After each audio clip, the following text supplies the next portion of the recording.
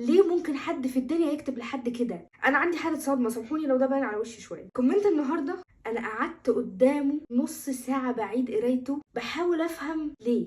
انا عارفه ان انا في الحاله دي الصح اللي انا اعمله ان انا امسح الكومنت والغي الشخص خالص والموضوع انتهى ومفيش موضوع. الكومنت المره دي حقيقي وللامانه والاول مره بقولها لكم بصراحه اثر فيا، بس هو ما اثرش فيا عشان هو ضايقني وزعلني الكلام اللي هي عايزه صاحبته ده يحصل. لا خالص، هو اثر فيا لان انا تخيلت قريبين مني بيقروه. طب انت كنت لو ما كنتش عايزاهم يقروه كنت مسحتيه وما علقتيش عليه، ما هم اللي بعتنهولي. بمعنى ان انا لقيت حد من صحابي القريبين جدا واخد لي سكرين شوت من كومنت اتكتب لي على صفحتي وبعتهوله بيقول لي ادخلي امسحي الكومنت. بقيت مركزه في احساس صديقتي اللي بعتهولي وهي بتقرا الكومنت ده عليا. شكرت ربنا ان انا امي اصلا ملهاش في السوشيال ميديا ولا معاها التليفون، معهاش غير اللي ابو زراير، انا اللي بوريها فيديوهات وافضل افرجها عليها عشان تتسلى. يعني انا شكرت ربنا انها كأم مش هتشوف الكومنت ده مكتوب لبنتها. ومش طالعه اديكي درس على فكره ولا طالعه بينك ان انا احسن منك، مفيش الكلام ده. انا طالعه ارد عشان حاجه تاني. زمان لما كنت ببقى متضايقه وافضل اكتب في النوته اللي مضايقني كان ممكن انساها بقى خلاص، والنوته دي خلاص تتملي فما برجعش اكتب فيها تاني، فممكن تتركن على الرف بالسنه والسنتين والعشر. اجي اروق حاجتي فامسك النوته دي فلاقي فيها اللي انا كاتباه ده، اقول ايه ده؟ معقول انا كتبت الكلام ده؟ ازاي اكتب كده؟ ده الواحد مكسوف من نفسه. حسيت اني ممكن ولو للحظه لو انت قريتي الكومنت ده، انا طبعا سايباكي لحد ما ارد عليك، لو انت قريتي الكومنت ده حساكي كده بعد ما كتبتيه ونسيتيه هتقري كده تقول ايه ده؟ وانا كتبت كده؟ معقول انا يطلع مني كده؟ ده هدفي من الفيديو. انا طولت عليكم اكيد كلكم عايزين تعرفوا يعني اللي كان مكتوب، فاهو.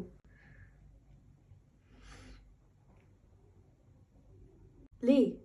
ايه ده؟ بجد ايه ده؟ لو اي حد بالنسبه لك دمه تقيل مش عاجبك مستفزك ما تعرفوش اصلا هتروح تقول يا رب ربنا ياخدك. طب اللي حواليه انت مش عايزاه، انت مش فارق لك، انت اصلا ما تعرفيهوش، امه وابوه واصحابه حياه. تتمني ليه يا ماما الموت كده بسهوله للناس؟ انا ما بقولش ان دعوتك هتصيب، يعني مش ده اللي مضايقني خالص. انا مش عارفه اقول لك ايه حاسه انت جواكي عامل فيكي كده. بحس وبستوعب وبادرك ان هي مشكلتها مع نفسها مش معايا. انت ده اللي لازم تعرفيه، ده اللي لازم تلحقي نفسك وتفهميه. ما تتفرجيش عليا، اعملي لي يا ستي بلوك عشان ما ظهرلكيش خالص. انت متخيله ان في حاجات اسهل بكتير من انك تتمني كده لحد؟ انا بعمل كونتنت يضحك الناس، بحب ابسطهم، بحب ارسم الضحك على وشهم، افيدهم باي حاجه في حياتي، بخبره، بدرس، بحكايه اتحكت لي من حد مش عايزه حد يقع فيها. انت مش من ضمن الناس اللي بتحبني، ما تتفرجيش عليا. بس معنى كومنتك ده انك متابعاني ومتابعه شغلي كويس جدا، لسبب لانك واخده من وقتك ومن حياتك ومن دنيتك عشان تقعدي تكتبي كومنت زي ده. انت عايزه توصلي لي ايه اللي انت بتتمنهولي؟ انا مش فاهمه ايه النفسيه تخلي حد يحس لحد كده.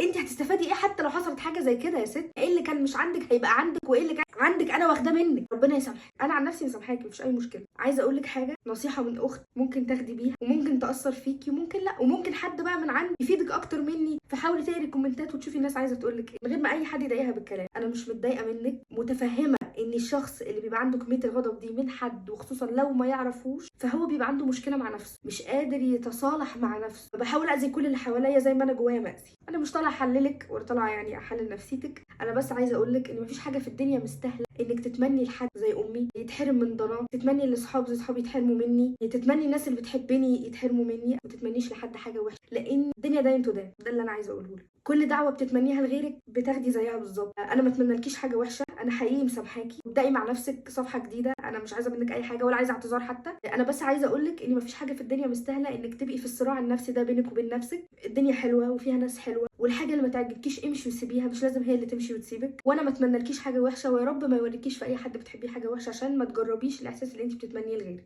طبيعي مش كلنا نتفق على حاجه واحده، بس برضو مش من الطبيعي ان انا اللي مختلفه معاه احاول اذيه. اعتبريني رساله جايه تقول لك حد سامح في حقه، بس ما اتمناش انك تقعي مع حد يقول لك ولكي بالمثل.